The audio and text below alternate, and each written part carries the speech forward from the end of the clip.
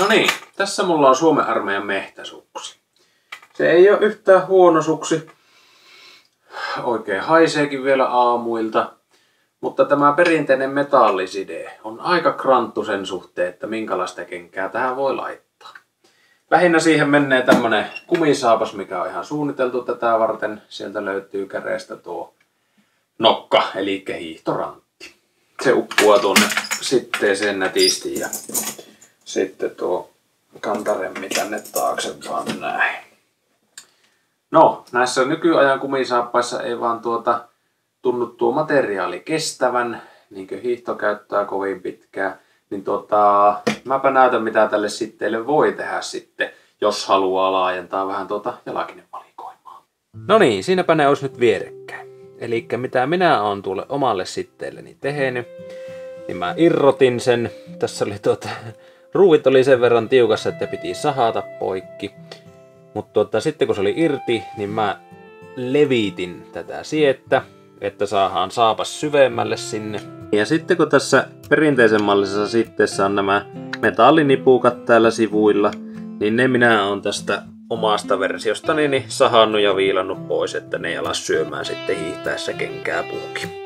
Sen jälkeen tuohon päälle tulee tämä nahkaremmi. Ja sitten ei muuta kuin kenkät pitää olla vaan semmonen, että tämän kantaremmin saa siihen kantapää yläpuolelle johonkin kohtaan. Mutta näin yksinkertainen tämä on. Minä näytän miten se toimii. Tässä on nyt tämä mun nykyään käyttämä hiihtosaapas, eli Polyverin polyuretaanista valmistettu irtohuopaversio. Se uppoaa hienosti tuohon levennettyyn sitteeseen ja ei ole kyllä meikällä reissun päällä koskaan irtoillut. Ja piti tuo siekki levittää niin leveälle kuvaan saa, koska tämänkin kengän numero on 48/49. Sitten vähän säädetään lyhyemmälle näitä, niin saadaan noita kesäisempiä kenkiäkin kiinni. Mun Lundhaxin kesävaelluskenkä. En muista, että onko tällä missään vaiheessa vielä hiihtänyt, mutta saattais toimia. Sitten tää Sievin lightbootti menee sinne ja kantaremmi pysyy kyllä, kun tuolla on taas tuommoinen nipukka tuolla. Seuraava kenkä.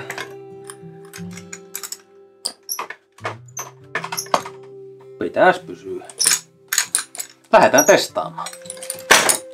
Nyt on toisessa jalassa Sievi ja toisessa Lundhax.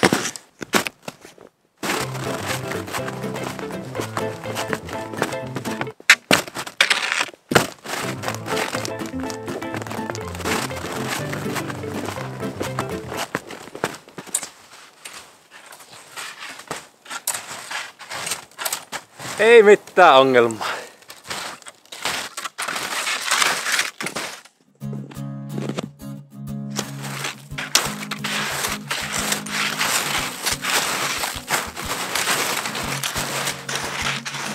Lenkkareilla vaeltaminen on nykyään aika suosittua, niin tästä vähän uutta ideaa.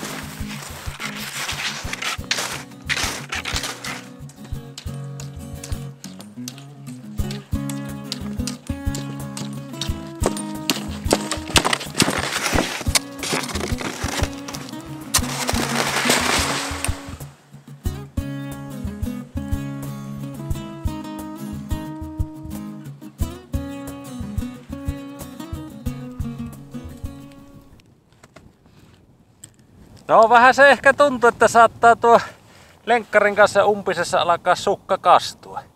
Mutta toivottavasti tästä videosta kuitenkin oli jotakin iloa tai inspiraatiota jollekulle. Minä lähden jatkaa hiihtelyä.